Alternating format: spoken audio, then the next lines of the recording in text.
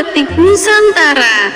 Pada konten ini, kita akan mengenal batik Jakarta atau lebih akrab disebut batik Betawi. Berbicara tentang batik Betawi, sejatinya ada di Jakarta sejak abad ke-19 pada masa kolonial Belanda. Pada saat itu terdapat salah satu pengusaha batik bernama Eliza van Zuylen. Tahun 1863 sampai tahun 1947. Kain batik buatan Eliza van Zuylen ini kala itu hanya mampu dimiliki oleh wanita yang sangat kaya karena harganya sangat mahal. Hanya orang Eropa yang kaya yang mampu membeli batik itu. Motif batik Eliza van Zuylen bernuansa Eropa dengan gaya buketan dengan ornamen utama bunga.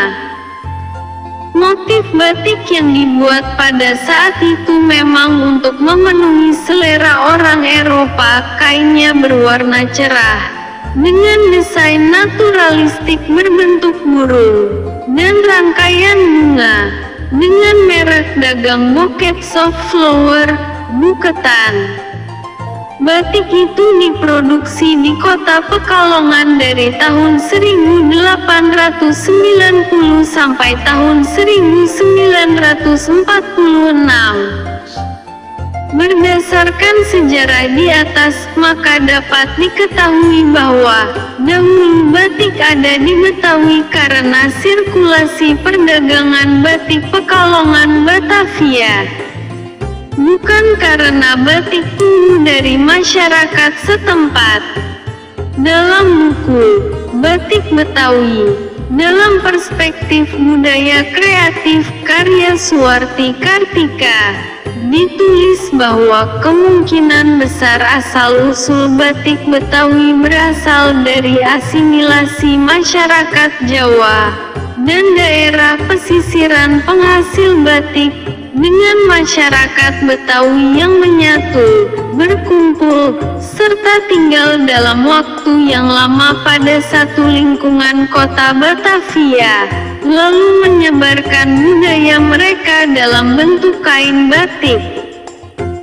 Seiring dengan perkembangan zaman, motif batik Betawi muncul dengan menonjolkan motif batik khas tumpal yang memiliki bentuk geometris segitiga yang ada di bagian depan atau ujung kanan kiri kain batik.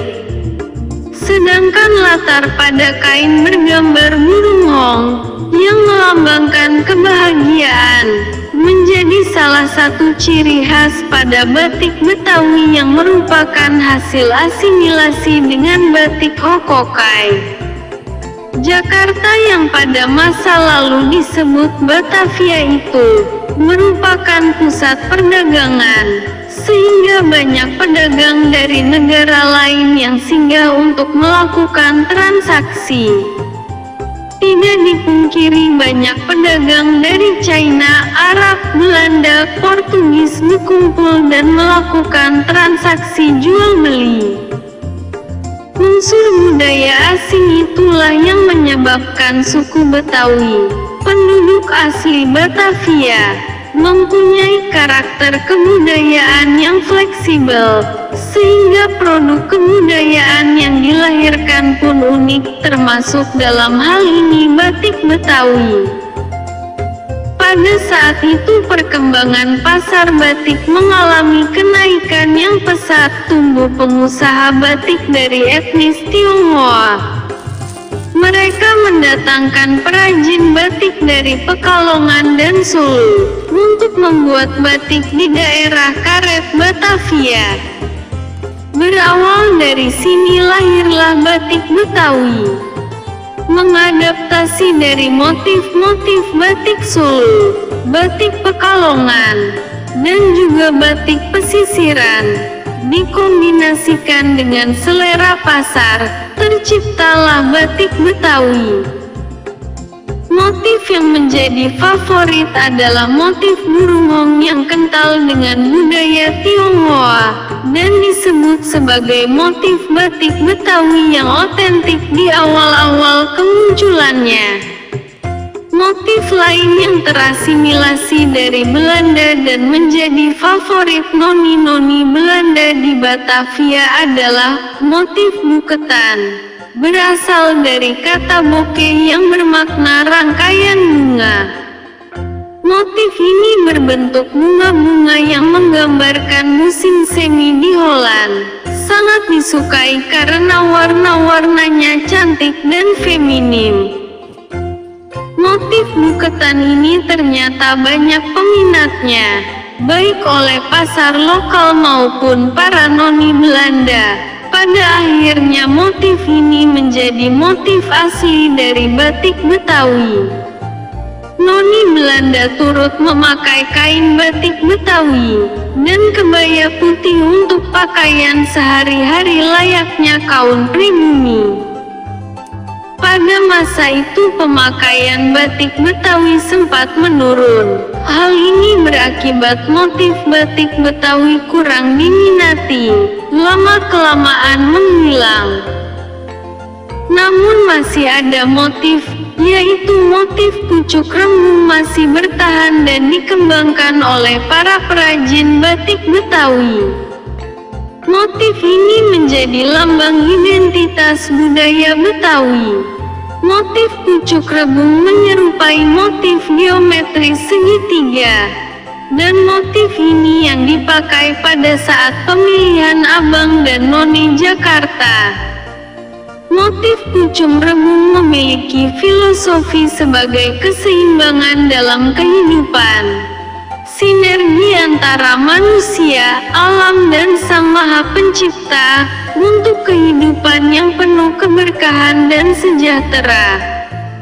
Motif ini diaplikasikan juga untuk pembuatan hiasan atap rumah, ukiran furnitur atau ornamen lainnya.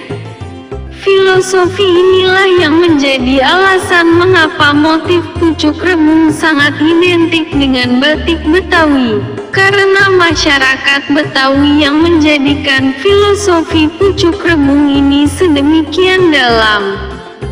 Selain motif itu, motif rasa mala,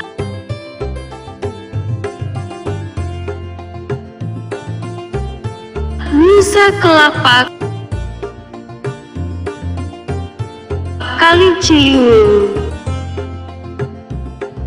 dan Salaka Negara merupakan motif klasik otentik yang masih populer sampai sekarang. Motif batik Betawi masa kini banyak mengambil inspirasi tidak hanya dari alam, namun juga kendaraan seperti delman, bajai, Transjakarta dan motif legendaris seperti ondel-ondel.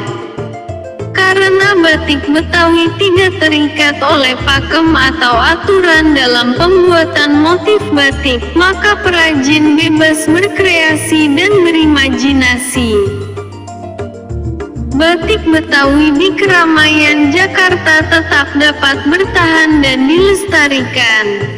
Terbukti bertahannya Kampung Teronggung sebagai kawasan sentra wisata penghasil batik di Jakarta Selatan, dan beberapa lokasi lain seperti Palbatu, Gandaria, Radio Dalam, Marunda, Palmerah, Rawabelong dan Pasar Minggu.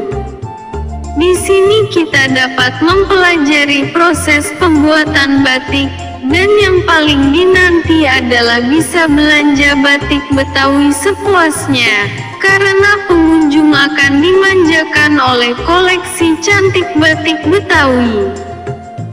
Nah, ternyata kerajinan batik tetap eksis di ibu kota negara, dilestarikan dengan menciptakan motif-motif baru dari kejadian-kejadian yang mengandung unsur sejarah. Sampai jumpa berjumpa pada konten Bumi Nusantara kayak batik lainnya. Salam batik Nusantara.